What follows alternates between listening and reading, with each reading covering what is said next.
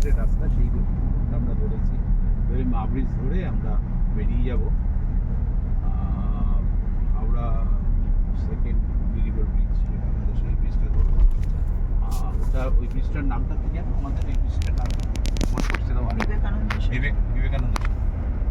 ওইটা ধরে আমরা চেন্নাই হাইওয়ে যেটা, সেটা ধরে আমরা প্রথমে ভুবনেশ্বরে আমার দুদিনের কাজ রয়েছে, ভুবনেশ্বরে উঠবো। ওখানে আমার 7-3টে মিটিং আছে। মিটিংগুলো করার পরে আমাদের ইচ্ছে আছে নন্দনকানন, যদি সময় পাই আমরা দেখবো। মেয়ের ভীষণ ইচ্ছে নন্দনকানন দেখার। আর আমার কন্যা কোনো কথা বলছে না, শুধু আমি বক বক করছি আর গিন্নি নন্দনকানন দেখবি তো? হ্যাঁ, নন্দনকাননটা। আর আমি ওকে বললাম কোনাড়াকও যাবে কিনা, কিন্তু ও বলছে না যাবো না, কোনাড়াক অনেকবার দেখেছে। তাই বললাম যে অ্যাটলিস্ট আমরা ঘুরে যাবো কোনাড়াক হয়ে, আমরা কিংবা ফেরার কথা একবার কোনাড়াকটা না দেখলে মনটা কিরকম লাগে। তো সেটা আমরা পরে ডিসিশন। রথযাত্রার আগে আমরা জগন্নাথ মন্দির দর্শন করব এবং এরপরে আমাদের জগন্নাথ দেবের জ্বর আসবে। না 22 তারিখ থেকে সম্ভবত, না 22 তারিখের পর থেকে বোধহয় জ্বর এসে গেছে, মন্দির বোধহয় এখন বন্ধ।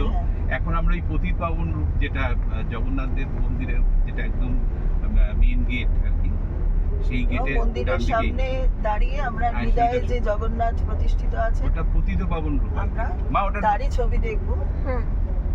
আর যদি সুযোগ পাই ঢোকার তাহলে তো ঢুকবোই, বসকে দেখবো, পুজোও দেবো। হ্যাঁ, আমরা শিওর নই 22 তারিখ 23 তারিখ আজকে বন্ধ হচ্ছে না, 24 তারিখ বন্ধ হবে। তো দেখা যাক, সবই ওনার উপরে। আর দ্বিতীয়ত আমাদের চিল্কা দুদিনের প্রোগ্রাম রয়েছে, এটা একটা খুব সুন্দর প্রোগ্রাম। আমরা চিল্কা, বারকুল আর এটাও দেখার চেষ্টা করব। ওই রম্ভা বলে যে পয়েন্টটা, ওই দুটো পয়েন্ট এবারে যাব, আমার ইচ্ছে আছে খুব, কারণ গাড়ি রয়েছে সঙ্গে। আর আমরা চিল্কার এই দিকটাতে থাকবো, এটা হচ্ছে সটপাড়া বলে যে জায়গাটা, সেটা ঠিক ওদের উল্টো দিকে, অর্থাৎ বারকুল আর রম্ভার যে চিল্কার দুটো পয়েন্ট, তার ঠিক একদম অপোজিটে আমরা থাকবো। ওখান থেকে আমরা 70-80 কিলোমিটার ঘুরে কি 100 কিলোমিটার ঘুরে আমরা ভুবনেশ্বর হয়ে চিল্কার ওই রম্ভা আর বারকুলটা এবার দেখার ইচ্ছে আছে।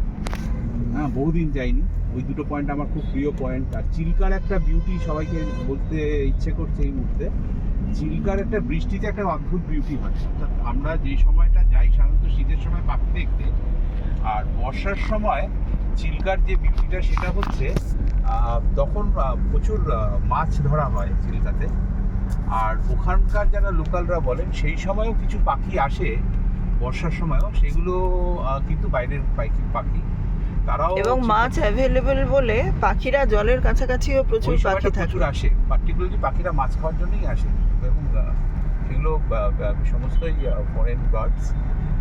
এখানকার আমাদের যেরকম বক রয়েছে, বকের ঝাঁক, সেটা তো অ্যাভেলেবেল সবসময় আপনি পাবেন। আর ডলফিন কিছু দেখা যায় এই বর্ষার সময়। ডলফিনটা একটা ওই সাতপাড়া আর আপনার মাঝামাঝি আর কি, চিল্কাতে সাতপাড়া থেকে একটু এগিয়ে ওই আইল্যান্ড একটা রয়েছে, সেই আইল্যান্ড হচ্ছে ব্রেকফাস্ট আইল্যান্ড, ওইখানটাতে আপনার ডলফিন দেখা যায়। তো আমরা চেষ্টা করবো ওটা দেখার, বলছে বর্ষার সময় ডলফিন আসে। তো এইটা টার্গেট, যাই না পারবো কিনা দেখতে, তবে মনে ইচ্ছে ডলফিন দেখবো। এবারে ওখানে আমরা দুদিন থাকছি চিল্কাতে। চিল্কাতে থাকার পরে একদিন যাব আমরা রম্ভা আর বারকুল দেখতে, আর একদিন আমরা দেখবো পুরো সতপাড়াটা, আর আমরা লেকে ঘুরবো। সতপাড়া থেকেই আমরা উড়িষ্যা ট্যুরিজমের সঙ্গে যোগাযোগ করেছি। ওদের আমরা ট্যুরিজমেরটা এই কারণে বুক করি, ওটা অনেক সেফ যাত্রীদের জন্য। এছাড়া প্রাইভেট প্রচুর আছে, কিন্তু তাদের লাইফ বোট অতটা ভালো নয়। আমি সবাইকেই যেটা বলি যে উড়িষ্যা ট্যুরিজমটা বুক করুন, তাতে হয়তো খরচা একটু বেশি, কিন্তু আপনার সেফটিটা অনেকটা থাকবে। এই ওখানে থাকার পরে চিল্কা থেকে আমরা যাব পুরীতে 3 দিন আমাদের ইচ্ছে। আমাদের জন্য রয়েছে একদম টপ ফ্লোরের ঠিক আগের ফ্লোরটা, অর্থাৎ আমরা 7th ফ্লোরে আমরা পেয়েছি ফ্রন্টে একদম সি ফ্রন্ট রুম পেয়েছি। ওটা আমার গিন্নির খুব পছন্দের এবং মেয়েরও খুব পছন্দের। ওখানে আমরা থাকছি ওমলেজারে।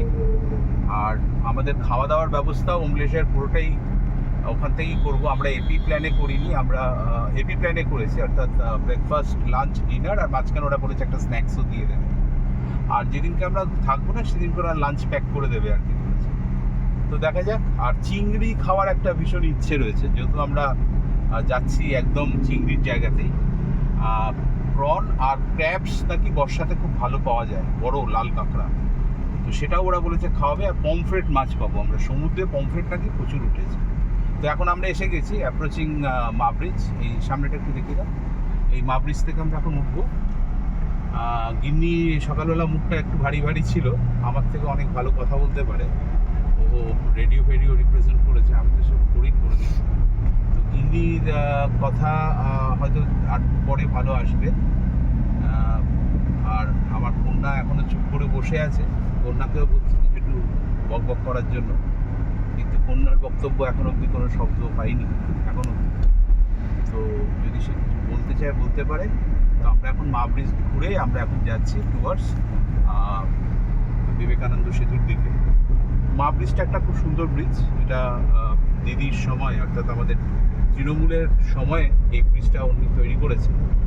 খুব বড় একটা লম্বা ব্রিজ, প্রায় 9 কিলোমিটার, 7 থেকে 9 কিলোমিটার, আমি এক্স্যাক্ট মাপটা বলতে পারছি না। তো এটাতে সুবিধা হয়েছে, আমরা একবারে উইদাউট এনি আপনার কোনো জ্যামে বা ক্রসিং ছাড়াই আমরা একদম সোজা চলে যাব বিবেকানন্দ ব্রিজ। বিবেকানন্দ ব্রিজটা ক্রস করার পরেই আমরা পেয়ে যাচ্ছি চেন্নাই রোড। নবান্নের পাশ থেকে আমরা সোজা ডান দিক ধরে তারপরে এগিয়ে গিয়ে আরও 7 কিলোমিটার মতো আমরা পেয়ে যাব চেন্নাই রোড ধরে আমরা ভুবনেশ্বরের দিকে মুভ করব। আর ব্রেকফাস্ট আমার ইচ্ছে হচ্ছে গিয়ে আমাদের একটি স্পেশাল জায়গা রয়েছে, সেখানে আমরা একটু ব্রেকফাস্ট করবো। সকালে আমরা কেউ কিছু খেয়ে উঠি, জাস্ট চার একটা করে বিস্কিট খেয়েছি, খেতে ভালোও লাগে না ঠিক। তো 10টা নাগাদ আমরা ইচ্ছে আছে যদি পৌঁছে যাই 10টার মধ্যে। ওই জায়গাটা বলো, কোলাঘাট।